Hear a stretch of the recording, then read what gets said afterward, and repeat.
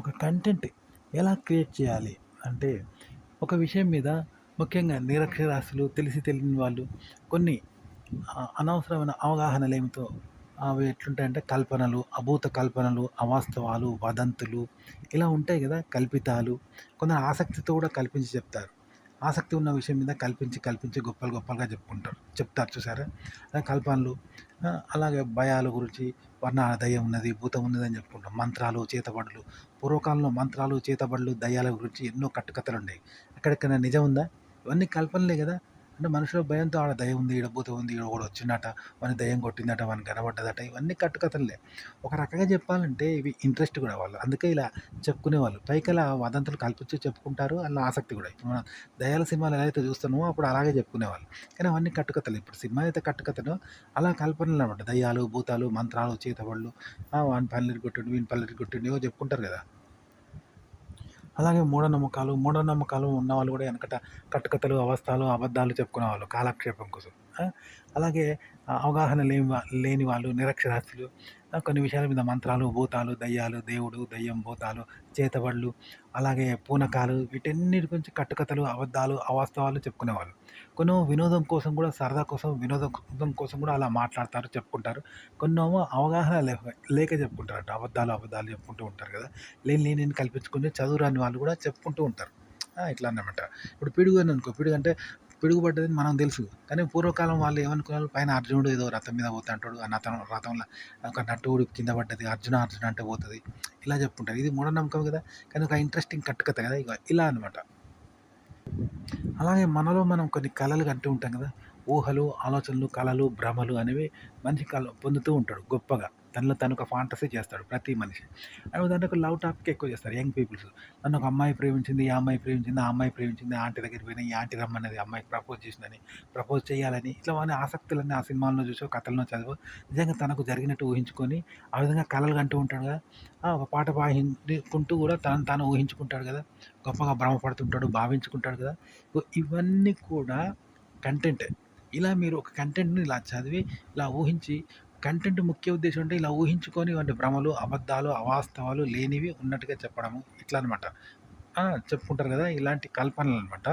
వీటిని చెప్పాలి. అంటే ఇవన్నీ ఎందుకు చెప్పాలి? ఇవి తప్పు కదా! జనాలకు తప్పు సమాచారం అనిపిస్తున్నాం కదా! అవాస్తవం మనం తెలియజేస్తున్నాం కదా! అంటే అదేం లేదు. మనం ఎంటర్‌టైన్‌మెంట్ చేస్తున్నాం. స్టార్టింగ్ నుండి చివరి వరకు మన వీడియో చూడాలి. వాళ్ళకి కూడా వినోదం కావాలి. అందుకోసం ఇలా చేస్తారు. అంతే తప్ప ఇందులో ఏం లేదు. ఇప్పుడు సినిమా ఉన్నది. సినిమా నిజమా? అదేమన్నా నిజ జీవిత కథనా? స్టార్టింగ్ నుండి ఎండింగ్ వరకు మనం కన్నార్పకుండా చూస్తాం కదా! అలా మీ వీడియోను కట్టుకథలతో చెప్పండి. చక్కని వాయిస్ ఓవరు రెట్టింపు సంఖ్యలో మాట్లాడాలి కెమెరా ముందు. వాయిస్ ఓవరు నార్మల్‌గా ఇవ్వద్దు. మనం పెద్ద గొడవ పెట్టుకున్నాం అనుకో, గొంతు చించుకొని అరుస్తూ ఉన్నాం చూసినావా భీకరంగా, విపరీతంగా మనం అరుచుకుంటూ ఉంటాం. ఇద్దరు విపరీతంగా కొట్లాడుకుంటారు. పొట్టు పొట్టు రక్తం వెళ్తారు. ఆళ్ళు తిట్టుకుంటూ ఉంటారు. పెద్దగా అరుస్తారు. ముఖ్యంగా ఆడోళ్ళు తిట్టుకుంటా ఉంటారు. అంటే చెప్తానా ఆ లెవెల్‌లో మీరు కెమెరా ఉందో అంత భీకరంగా అరిస్తేనే వినే వాళ్ళకి ఇంట్రెస్ట్ ఉంటదనమాట. అవునా? మీరు 10 నిమిషాల వీడియో కోసం ఒక 10 గంటలు శ్రమించినంత అరవాల్సి ఉంటదంట. అంత గొప్పగా అరిస్తేనే వాళ్ళకు పెద్దగా ఇంట్రెస్ట్‌గా వినబడుతది. మనం నార్మల్‌గా చెప్తే వాళ్ళకు ఎఫెక్ట్ ఉండదు. గుర్తుపెట్టుకోండి. పెద్దగా అరవడం నేర్చుకోండి. కొంతమంది పెద్దగా అరిసి రెట్టింపు సంఖ్యలో అరవాలి. అప్పుడే బావుంటదనమాట. అయితే మీరు వీడియోలో సౌండ్ ఇంక్రీజ్ చేయడం కాదు. మీరు గొంతు పెంచి మాట్లాడండి. ఎంత గొంతు పెంచి మాట్లాడితే వాళ్ళకి అంత ఇంట్రెస్ట్‌గా ఉంటదనమాట. ఆసక్తిగా చూస్తారు. ఉదాహరణకి ఒక అమ్మాయి బాయ్ ఫ్రెండ్ మెయింటైన్ చేస్తాందని తెలిసినప్పుడు, విన్నప్పుడు, ఒక అబ్బాయి గర్ల్ ఫ్రెండ్‌ని మెయింటైన్ చేస్తానన్నప్పుడు, ఒకడు ఆడోళ్ళతో వ్యభిచారం చేస్తాడన్నప్పుడు, ఆంటీని ఉంచుకున్నాడు ఒకడు అన్నట్టుకో, వాడిని ఉంచుకున్నది లవ్ స్టోరీలు ఇవన్నీ విని మనం గర్ల్ ఫ్రెండ్ మెయింటైన్ చేయాలి, లవర్ మెయింటైన్ చేయాలి, లవ్ మ్యారేజ్ చేయాలి, మనం ఆంటీని ఉంచుకోవాలి. ఏదో ఇలాంటి ఆలోచనలు వస్తాయి కదా! మనం కూడా అది కంటిన్యూ చేయాలనుకుంటాం కదా! అట్లా అనే ఫాంటసీ చేస్తాం ఆ విధంగా. ఎలా చేయాలి? ఏ విధంగా అమ్మాయిని పటాయించాలి? అమ్మాయి దగ్గరికి పోవాలి? ఎలా ప్రేమించాలి? ఎలా ప్రపోజ్ చేయాలి? ఇవన్నీ ఉంటాయి కదా! సో, ఇదంతా కల్పన, ఫాంటసీ. మీరొక వీడియో ఒక ఆర్టికల్ చదివినప్పుడు ఇలా ఫాంటసీ చేస్తారు కదా! ఇలా ఫాంటసీ చేసి మీరు సొంత కల్పనతో చెప్పండి. ఇంట్రెస్ట్‌గా జనానికి ఇంట్రెస్ట్ ఉండేలాగా చెప్పండి. అంతేగాని ఇది నిజమా? అబద్ధమా? అనేది కాదు. ఇలా చెప్తే జనానికి ఇంట్రెస్ట్ ఉండి చివరిదాకా చూస్తారు.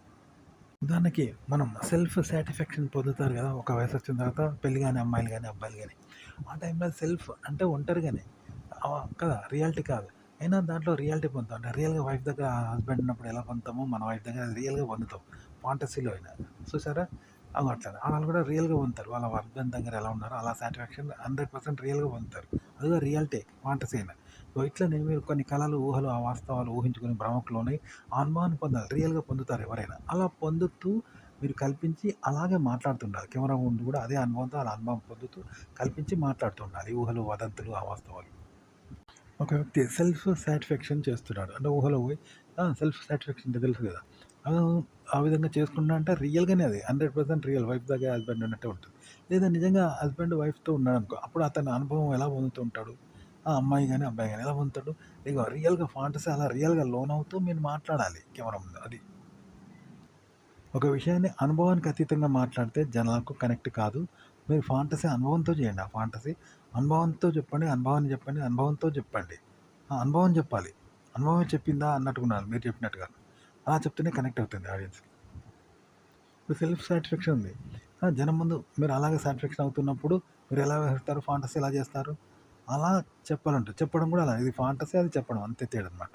అనుభవం అదే అనుభవం ఎలా పొందుతారో మీరు అనుభవంతో చెప్పాలి. మీకు ఫాంటసీ, ఊహలు, కల్పనలు, అవాస్తవాలు, అభూత కల్పనలు, వదంతులు.